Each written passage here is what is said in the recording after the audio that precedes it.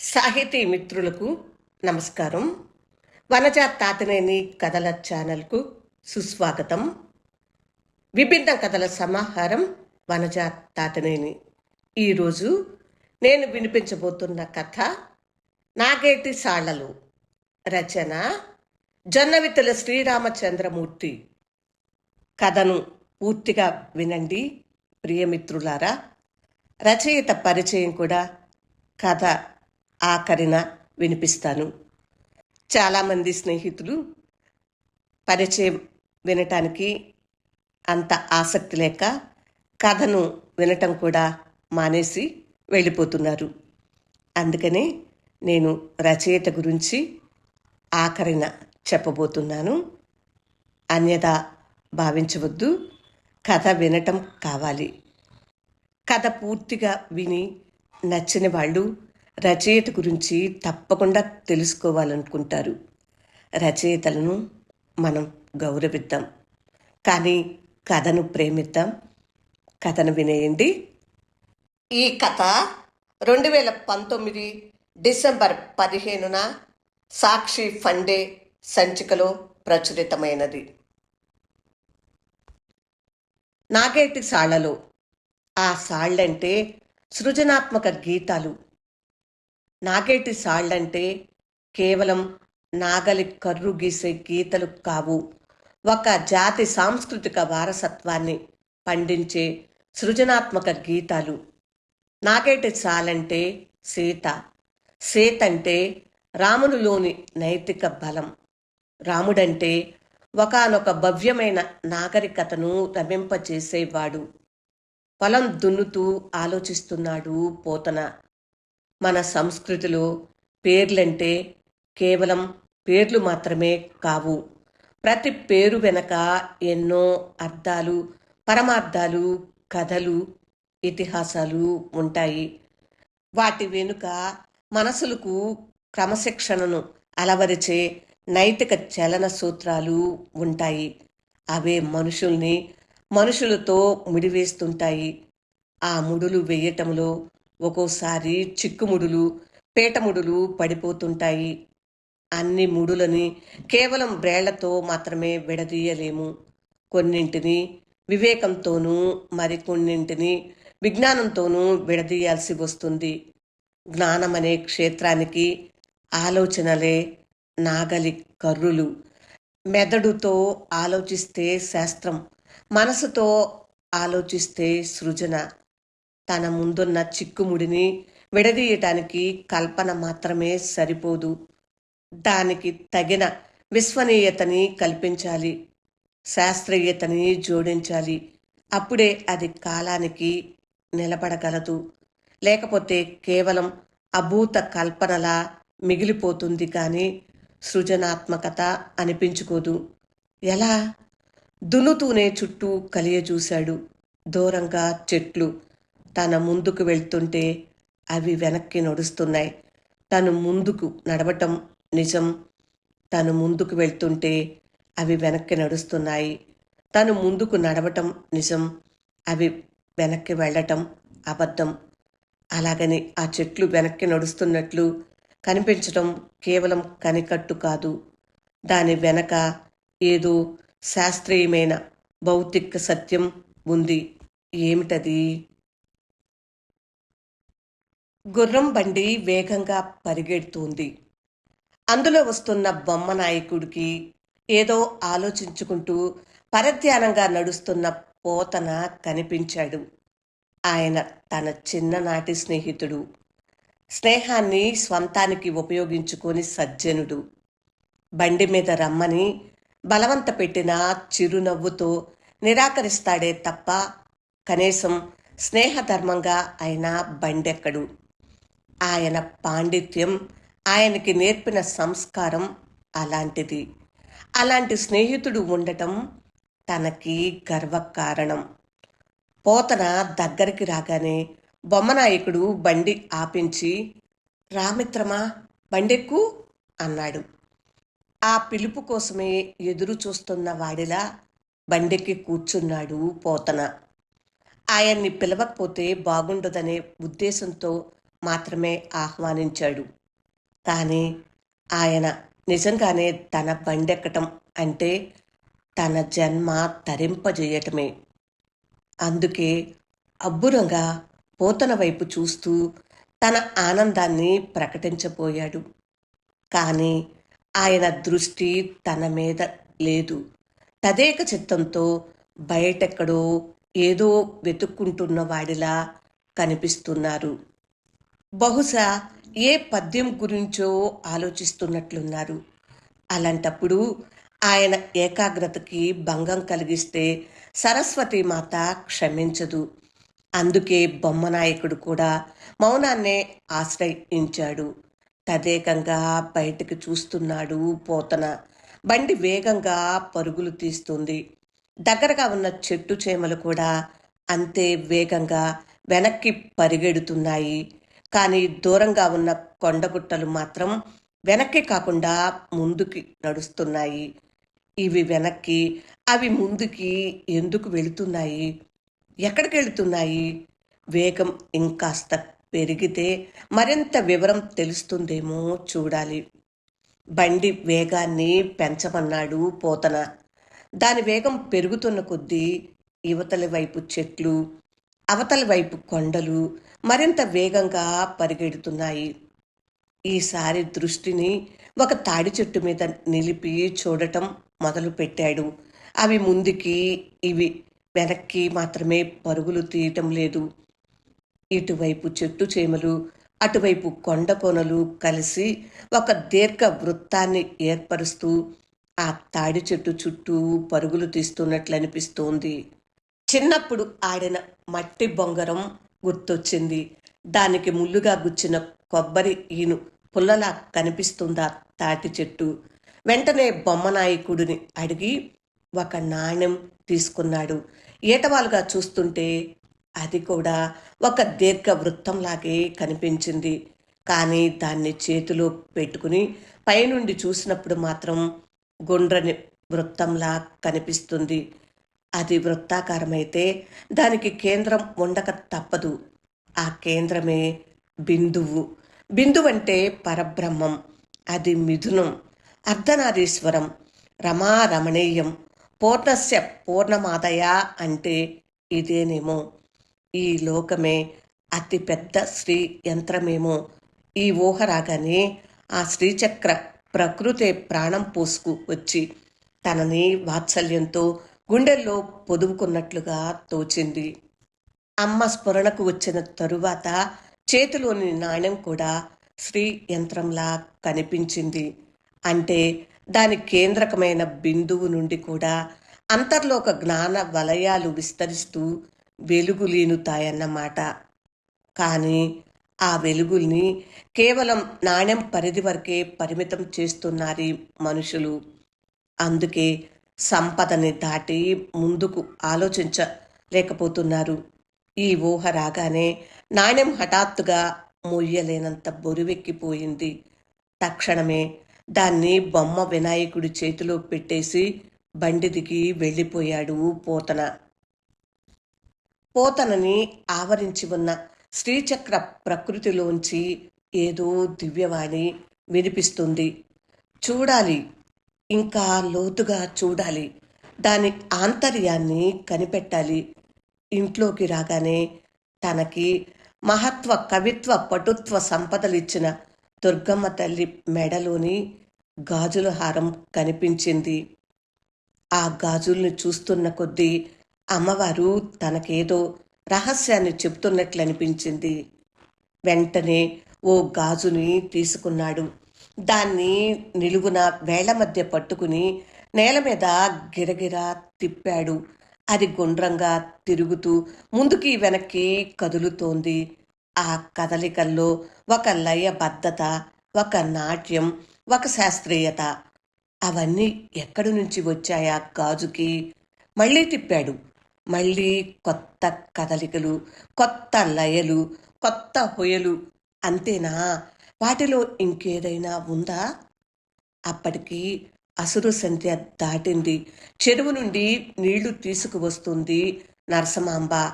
చిన్న పిల్లాడిలా అమ్మవారి గాజులతో ఆడుకుంటున్న భర్తని చూసి మురిపంగా నవ్వుకుంటూ లోపలికి వెళ్ళిపోయింది. ఆ నీటి కడవని లోపల దింపింది. దీపం వెలిగించి గూట్లో పెట్టింది. ఆ వెలుగు కిరణాలు నీటి కడవని కేవలం తన వైపు నుండి మాత్రమే చూపిస్తున్నాయి.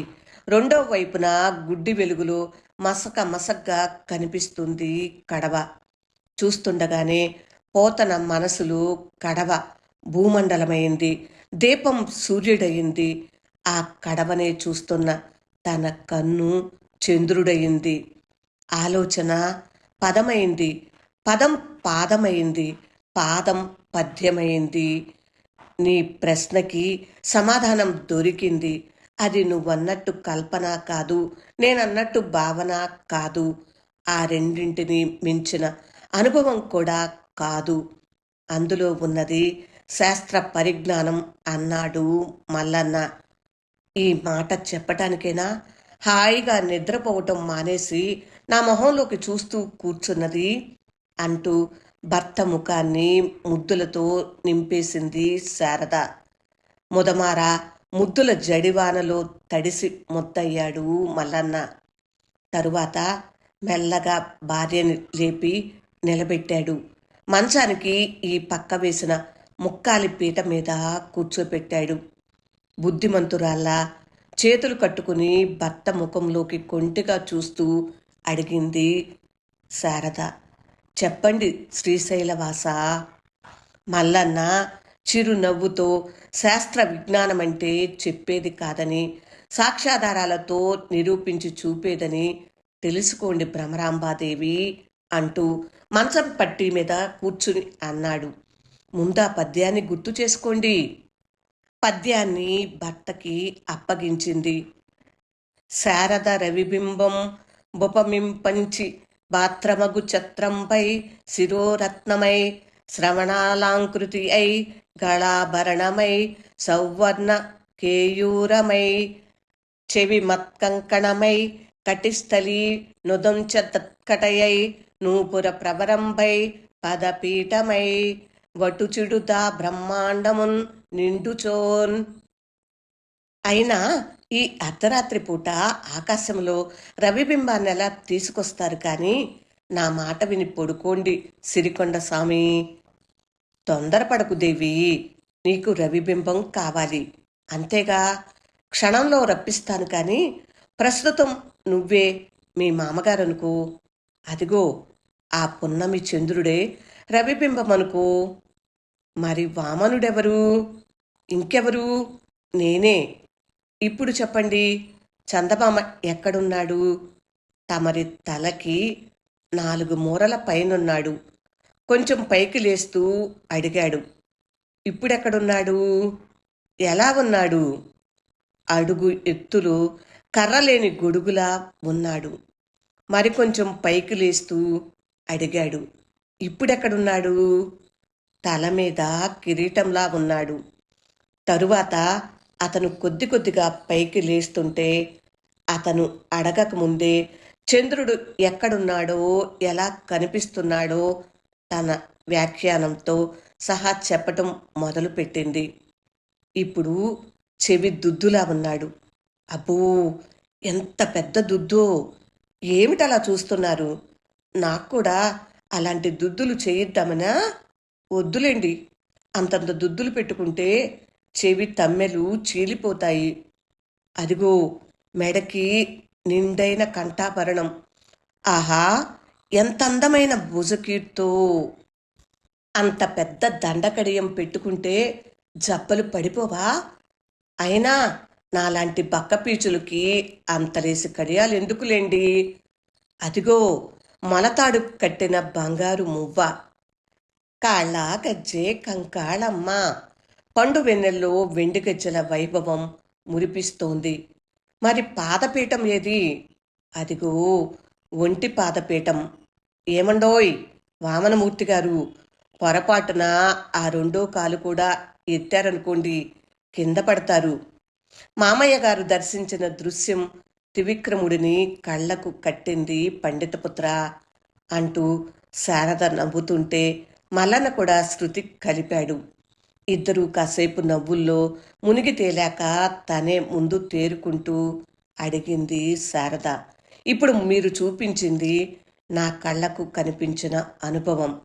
బహుశా మామయ్య గారి అనుభవం కూడా అదే అయ్యుంటుంది. ఇందులో శాస్త్రం, విజ్ఞానం ఎక్కడున్నాయి? అది కూడా చూద్దుగాని అంటూ మళ్ళీ మంచం పట్టె మీద నిలబడ్డాడు. శారద ఇంకా ముక్కాలిపీట మీదే కూర్చుని ఉంది. ఆమె దృష్టిని తన మీదే కేంద్రీకరించి పైకి లేవమన్నాడు. ఆమె మెల్లగా పైకి లేచింది. పూర్తిగా లేచి నిలుచున్న భార్యని, నువ్వు లేస్తున్నప్పుడు మీ మామ కాని మామ ఏం చేశాడు అని అడిగాడు మల్లన్న. ఏముంది, తమరి భుజం మేంచి మెల్లగా కిందికి జారాడు. ఈసారి ఎంత మెల్లగా లేచావో అంతే మెల్లగా కూర్చోమన్నాడు. శారద మళ్ళీ ముక్కాలిపేట మీద కూర్చున్నాక అడిగాడు, ఈసారేం చేశాడు మీ మామ? మళ్ళీ మీ చెయ్యి పట్టుకుని భుజం మీదకి పాకాడు. నేను ఇంకాస్త కిందకి దిగితే మీ నెత్తెక్కి కూర్చునేలా ఉన్నాడు అంటూ నవ్వింది శారద. మళ్ళీ లేవమన్నాడు, మళ్ళీ కూర్చోమన్నాడు. తను పైకి లేస్తున్నప్పుడు చందమామ కిందికి దిగుతున్నాడు, తను కిందకి దిగుతున్నప్పుడు ఆయన పైకి లేస్తున్నాడు. అలా 4-5 సార్లు లేచి కూర్చున్నాక, ఇంకా ఈ గుంజీలు తీయటం నా వల్ల కాదు బాబు అంటూ మంచం పట్టి మీద కూలబడింది. తను కూడా ఆమె పక్కనే కూర్చుంటూ చెప్పాడు మల్లన్న, నువ్వు కిందికి దిగటం క్రియ అనుకో, అప్పుడు చందమామ పైకి లేవటమే ప్రతిక్రియ. ఒకవేళ చందమామ క్రియ అనుకో, అప్పుడు నువ్వు కిందకి దిగటం ప్రతిక్రియ. అంటే ప్రతి క్రియకి ఓ ప్రతిక్రియ ఉంటుంది. ఈ క్రియ ప్రతిక్రియల సమ్యక్ సంయోజనమే సృష్టిలోని చలనశీలతకు మూలం. ఇది భౌతిక శాస్త్రం. ఇంకా రసాయన శాస్త్రంలో నువ్వు చర్య అయితే నేను ప్రతిచర్య. మనిద్దరం కలవటమే ఒక రసాయనిక సంయోగం. ఆ యోగ ఫలంగా ప్రకృతికి ప్రతిరూపమైన నీలో చలనం కలుగుతుంది. దానివల్ల జరిగేదే ప్రతి సృష్టి అన్నాడు. మల్లన్న గుండెల మీద తల పెట్టుకుని ఆదమరచి నిద్రపోతూ ఉంది శారద. కానీ ఆమె ఎప్పట్లా తన గుండెల్లోకి ఇంకటం లేదు. అందుకు కారణం ఆలోచనలు. వాటి నుండి బయటపడాలంటే నాన్నగారి నుండి ఒక్క ప్రశ్నకి సమాధానం తెలుసుకోవాలి. 2 వరస పద్యాలు, 2 వామనుడు త్రివిక్రముడయ్యే క్రమాన్ని వర్ణించేవే. మొదటి పద్యంలో ఇంతింతై వటుడింతై అంటూ రాత్రివేళ కనపడే ఆకాశం, మేఘమండలం, పాలపుంత, చంద్రమండలం, ధ్రువమండలం దాటి మహాలోకాన్ని, సత్యలోకాన్ని మించి బ్రహ్మాండాంతం వరకు వృద్ధి చెందాడా వామనమూర్తి. తరువాతి పద్యంలో పగలు తప్ప రాత్రి కనపడని రవిబింబాన్ని ఉపమించారు. ఒకే సమయంలో పగలు, రాత్రి కూడా ఎలా వస్తాయి? నాన్నగారి లాంటి సహజ కవి రాసిన పద్యాల్లోకి ఈ అసామంజస్యం ఎలా వచ్చింది? చూస్తే నాన్నగారింకా లేవలేదు. నిరంతరం భాగవత దర్శనంతోనే గడిపే ఆయనకి ఏ తెల్లవారుజామునో నిద్ర పడితే పట్టినట్టు, లేకపోతే లేనట్టు. కాబట్టి ఆయన లేచేంత వరకు ఎదురు చూడాలే తప్ప నిద్రాభంగం కలిగించకూడదు. అందుకే కాల్యాలు తీర్చుకుని వచ్చి స్నానాధికాలు పూర్తి చేసి గుడి ముందు కూర్చున్న భక్తుడిలా గాయత్రిని జపిస్తూ కూర్చున్నాడు. తలుపు తెరిచిన పోతనికి ఎదురుగా జపం చేసుకుంటున్న మల్లన్న కనిపించాడు. అతని జపాన్ని భంగపరచడం ఇష్టం లేక తను కూడా వెళ్ళి స్నానం చేసి వచ్చాడు. మల్లన్న జపం ఇంకా కొనసాగుతూనే ఉంది. అందుకే లోపలికి వెళ్ళబోయాడు పోతన. కానీ మల్లన్న చేతులు ఆయన పాదాల్ని కదలనిస్తేగా. నానా, నిన్న రాత్రి నుంచి నన్ను అనుమానం తొలిచేస్తుంది. మొదటి పద్యంలో ఇంతింతై వటుడెంతై అంటూ రాత్రిని వర్ణించిన వెంటనే ఎటువంటి కాలావధి లేకుండానే రవిబింబాన్ని ఉపమించారు. మీ పద్యాల్లో ఇంతటి అనౌచిత్యాన్ని ఊహించలేకపోతున్నాను. కొడుకుని మెల్లగా లేవనెత్తాడు పోతన.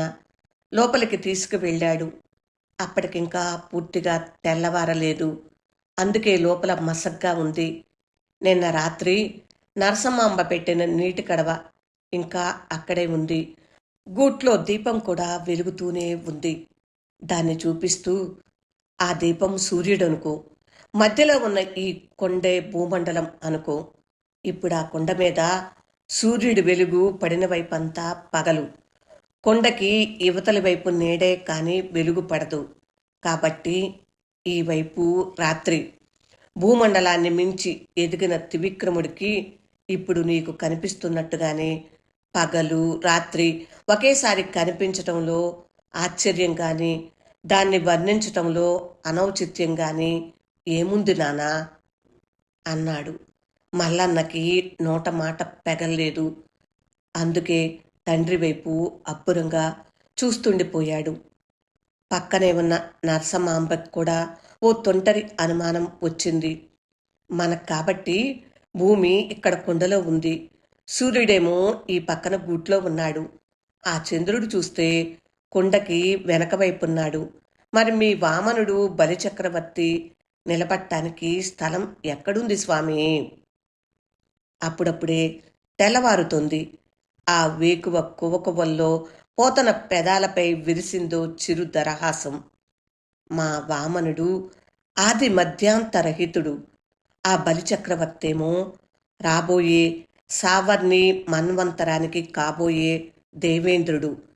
వారి స్థల కాలాదుల్ని నిర్ధారించటం మన వంటి మానవ మాతృల వల్ల అయ్యే పనేనంటావా? మల్లన్న తండ్రి వైపు సంభ్రమంగా చూస్తూ మెచ్చుకోలుగా అన్నాడు. నాన్నగారు, రాసేప్పుడు మీరెంత గొప్ప కవో, ఆలోచించేప్పుడు అంతకంటే ఎన్నో రెట్లు గొప్ప శాస్త్ర విజ్ఞాని. మీరు తలుచుకుంటే లోకానికి ఎంతో విజ్ఞానాన్ని పంచగలరు. మల్లన్న మాటలకు కూడా చిరునవ్వే సమాధానంగా ఇచ్చాడు పోతన. ఈ చిద్విలాసానికి భావమేమి పతిదేవా అంటూ సాగతీసింది నరసమాంబ. దానికి చిరునవ్వే సమాధానం.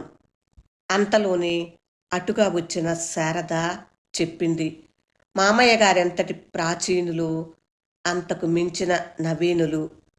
తండ్రుల పద్యాలే తనయుల ప్రయోగాలకి ప్రేరణలు. అంటే ఈనాటి సృజనాత్మక కల్పనలే రేపటి వైజ్ఞానిక ప్రగతికి మూలాలు. అంతేనా మామయ్య గారు? పోతన చిరునవ్వు ఇంకా పద్యమై పరిమళిస్తూనే ఉంది. అంకితం పోతన దర్శించిన చలన సూత్రాల్ని 2 శతాబ్దాల తరువాత నిరూపించి చూపిన భౌతిక శాస్త్రవేత్త సర్ ఐజక్ న్యూటన్కి సభక్తికంగా అని రచయిత జొన్నవిత్తుల శ్రీరామచంద్రమూర్తి గారు విన్నవించుకున్నారు. కథ మీకు నచ్చిందా ఫ్రెండ్స్? నచ్చినట్లయితే లైక్ చేయటం, షేర్ చేయటం మర్చిపోవద్దు. ఇప్పుడు రచయిత పరిచయం. జొన్నవిత్తుల శ్రీరామచంద్రమూర్తి తెలుగు కథ నవల రచయిత. చక్కటి అనువాదకులు. హిందీ, కన్నడ భాషల నుండి టీవీ సీరియళ్లను తెలుగులోకి అందిస్తుంటారు. అమెరికన్ తెలుగు అసోసియేషన్ వారి తొలి నవలల పోటీలో వలసదేవర నవలకి మొదటి బహుమతి, జంగమదేవర నవలకి సంయుక్త ఆంధ్రప్రదేశ్ భాషా సాంస్కృతిక శాఖ వారి నవలల పోటీలో బహుమతులు పొందారు. ఇవి కాకుండా అంతర్యామి, సాక్షాత్కారం నవలలు, the death of last Indian, ఈ కథకి శిల్పం లేదు, 101వ మార్కు, తెలకోవెల కథా సంపుటాలను వెలువరించారు. అప్పాజ్యోసుల విష్ణుభట్ల ఫౌండేషన్, తెల్సా, ముల్కనూరు సాహితీ పీఠం, కౌముది, రచన, ఆంధ్రప్రభ, స్వాతి మొదలైన పత్రికలు, సంస్థల వారి నుండి దాదాపు 40 కథలకు వివిధ సందర్భాలలో బహుమతులను పొందారు. విశ్వర్షి వాసిలి వసంతకుమార్ యౌగిక కావ్యము, నేను, బ్రహ్మర్షి ముహమ్మద్ ఆలీషా గారి విజ్ఞాన జ్యోతి మొదలైన గ్రంథాలను కన్నడ భాషలోకి అనువదించారు. కేంద్ర సాహిత్య అకాడమీ బాల సాహిత్య పురస్కారం పొందిన నవలని తెలుగులో భలే తాత మన బాపూజీ పేరున అనువదించారు. రచయిత పరిచయం విన్నారు కదా. ఈ కథ చదివి వినిపించటానికి అనుమతినిచ్చిన జొన్నవితల శ్రీరామచంద్రమూర్తి గారికి హృదయపూర్వక ధన్యవాదములు తెలియజేసుకుంటున్నాను. మిత్రులారా, విభిన్నమైన కథలను వినాలనుకుంటే ఈ ఛానల్లో ఇంకా ప్రచురింపబడిన మిగిలిన కథలను కూడా వింటూ ఉండండి. కథ పూర్తిగా విన్నందుకు హృదయపూర్వక ధన్యవాదములు. నమస్తే. విభిన్న కథల సమాహారం వనజ తాతినేని. విన్నందుకు, వింటున్నందుకు హృదయపూర్వక ధన్యవాదములు. నమస్తే.